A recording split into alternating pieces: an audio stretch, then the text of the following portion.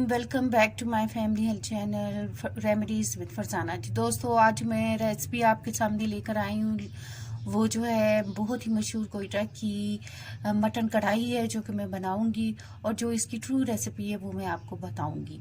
हर कोई अपने ही तरीके से बनाता है, लेकिन जो कोयटा में इसकी ट्रू रेसिपी है वो मैं आपको शेयर कर रही हूँ। ये मुख्तलिफ तरीक़ों से लोग बनाते हैं, लेकिन मैं जो आपको बता रही हूँ आप इस तरीके से बनाइएगा, बहुत ज़बरदस्त बनती है। तो ये 1 किलो के बराबर जो है मटन है, और इसमें जो है ये ½ kg जो है टमाटर हैं, जो कि मैंने इसमें ऐसे साबित डाल दिए हैं। और इसको कुकर में प्रेशर लगाएंगे, क्योंकि यहाँ पर मैंने आपको बताया कि चीज़ें बहुत जल्दी नहीं गलती, लेकिन हम इसको इतना प्रेशर लगाएंगे कि ये फुल ना गले, बिल्कुल 60% 70% तक ये गल जाए, और फिर इसको धीमी आंच पर कढ़ाई में बनाएंगे।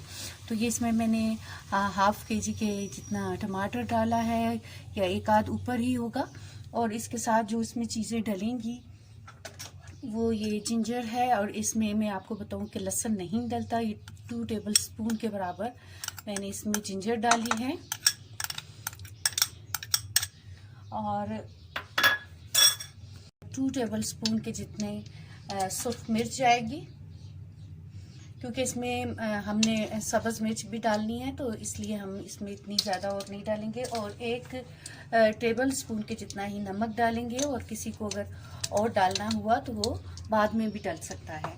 और इसमें एक और बात कि इसमें जो है पानी आपने बहुत ही कम डालना है, कि नहीं सिर्फ मैं इसमें आधा गिलास जो है वो ½ गिलास के बराबर जो है मैंने पानी डाला है। ये टमाटर भी पानी छोड़ेंगे, और इसको थोड़ी देर के लिए प्रेशर लगाना है, और फिर उसको कढ़ाई में हम निकाल लेंगे। जी दोस्तों, ये देखिए, ये गोश्त जो है मैंने आधा गिलास जो पानी डाला था वो मैंने गल गया है, जितना कि मैंने इसको गलाना था। अब ये जो टमाटर हैं, इनके जो छिलके हैं वो हम निकाल लेंगे,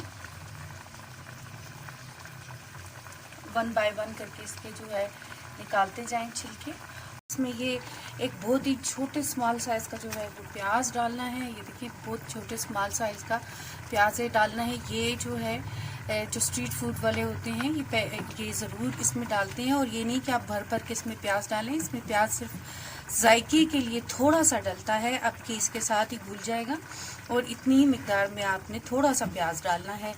और इसमें जब ये पानी थोड़ा सा खुश्क हो जाएगा तो फिर मैं इसको जो है बाकी चीज़ें इसमें डालेंगे। जी दोस्तों, ये इसको 10 मिनट हो गए हैं बनते हुए, और ये काफ़ी जो है इसका पानी खुश्क हो गया है। तो इस स्टेज पर हम इसमें चीज़ें मिक्स करेंगे, क्योंकि अभी इसको 15 से 20 मिनट लगेंगे कि ये जो है बन जाएगा। तो ये बिल्कुल जो है इस तरह आपने बनाना है कि जो इसके टमाटर हैं ये यकजान हो जाए, ये टमाटर अलग से नज़र ना आए। बेशक आप हल्की आंच में इसको थोड़ी देर के लिए बनाएं, लेकिन आपने इस तरह बनाना है कि टमाटर अलग से नज़र ना आए। यही कढ़ाई का वो होता है। तो ये इसमें दम पर जो है अभी बनेगी। इसमें मैंने ये एक भर के बाउल जो है वो ऑयल का डाल दिया है। इस स्टेज पे इस पे ऑयल डालेंगे, कम या ज़्यादा आप ऑयल कर सकते हैं। ये अभी बनेगा तो इसमें मिक्स हो जाएगा, और ये जो है तकरीबन 6-7 दाने जो है सब्ज़ मिर्च है वो मैं इसमें डाल दूंगी। ये जब 15 मिनट बनने में रह जाएं तब आपने ये डालना है। तो इसको अभी हम ये चीज़ें डालकर और इसको हम दम पर रख देंगे कि ये सारी चीज़ें यकजान हो जाएं और टमाटरों का जायका गोश्त में आ जाए। तो ये इसको हम अब दम पे रख देंगे। जी दोस्तों, देखिए ये माशाल्लाह से कितना ज़बरदस्त इसका कलर आया है, और ये कितनी अच्छी सी ये कढ़ाई बन गई है। सिर्फ इसको और 5 मिनट लगेंगे और इसको हम डिश आउट कर लेंगे। इसमें ख़ास बात मैं आपको ये बताऊं कि ये जो एक स्टेज आता है कि आपको खुद पता चल जाता है कि कढ़ाई बन गई है या नहीं। ये इस तरह से मिक्सअप हो जाती है। बाज़ लोग बिल्कुल ही टमाटर का भुर्ता बना देते, इतने टमाटर डालते।